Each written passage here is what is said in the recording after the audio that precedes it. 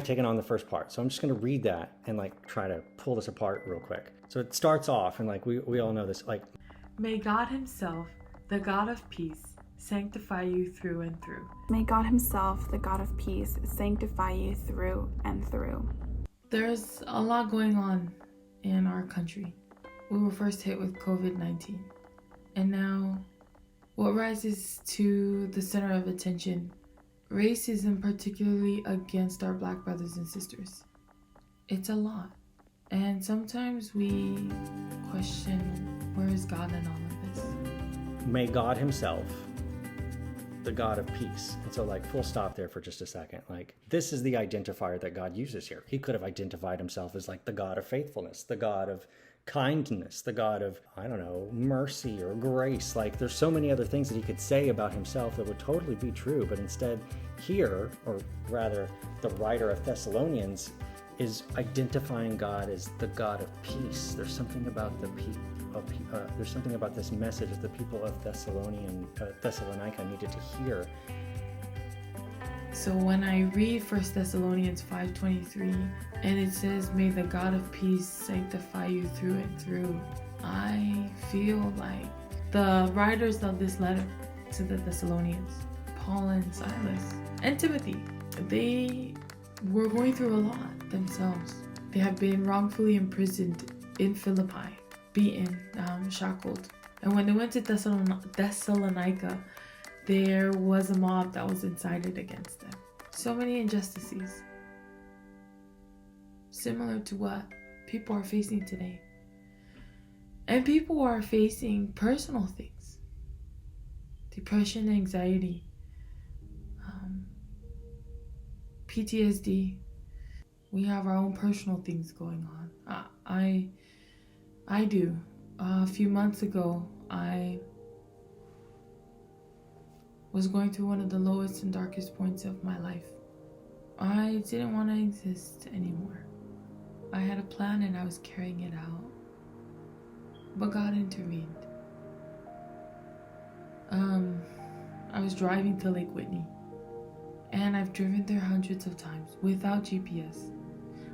I ended up getting lost for 3 hours. I have no idea where I was, but I wanted to end my life. Somehow, I had lost signal. For those 3 hours, I was just lost. I was trying to get to this lake. I received a text. Simple text from my sister saying, can I borrow your car today? You know me, I don't want my sister to be left in need. I really was trying to text her back like, girl, can you get another car? Man, but I'm so grateful that I turned around and went home. Our God is being identified in this blessing as the God who takes broken things and makes them whole again. This one text came through and I just thought, man, this has got to be God working in my life.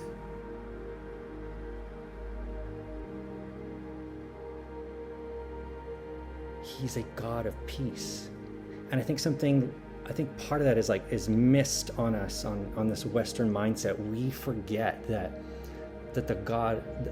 we forget what peace really is. Like it's not just a cessation, it's not just a stop to the battle and the fighting. That peace in the biblical sense is when you take broken, tattered things and make them whole again.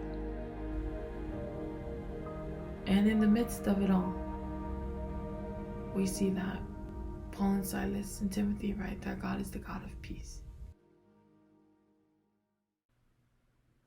How's that not powerful? May God himself, the God that takes broken things and puts them back together again, make you holy through and through, completely. And that he sanctifies us, purifies us through these trials. Sanctify is to set apart, to be different, to make something distinct. And I realized that that is something that I have been taught from the very beginning. I was raised Adventist, and throughout all my life, I remember, teachers, mentors, my parents always telling me, hey, we're not here to be the same as everyone else. We're here to be different. But what did that actually mean to me? And I don't think I fully understood it until I chose to make the decision for my own life to choose God. I chose to leave all the old associations of my old life and start a new life, not according to what the world wants me to live, but according to the plans that God has for me. And towards the end of the verse, it says that He will sanctify you through and through. He wants to sanctify you through and through, completely. Because when God does something, He doesn't just He doesn't just do things halfway done. He does things thoroughly, completely. And when He asks for something thoroughly, He means everything. There's no part of us that's left untouched. When He comes into our lives and when He moves into our space, He's not interested in part of us. He's interested in all of us. He wants the entire thing.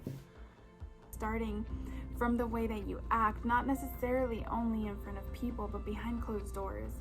In your mind, the way you speak, the way you present yourself, it changed the way that I live my life completely. The way that I see things, the perspective of how I view things whenever they present challenges. Sometimes we have to meet the trials in order to face them. Because when we come face to face with these trials, we also experience an opportunity for growth, for improvement, or to solidify the character we already have. There's so much hurt going around us, especially nowadays. And I just want God to come back. We need God to come back soon. So I want to make sure that the way that I live my life, the way that I claim God's promise of me taking His name and Him coming to our rescue and helping us live a better life, means that I'm going to pursue His purpose for me. I think an awful lot of us tend to want to look for these things to happen in like big things, big spaces, big places, back and forth,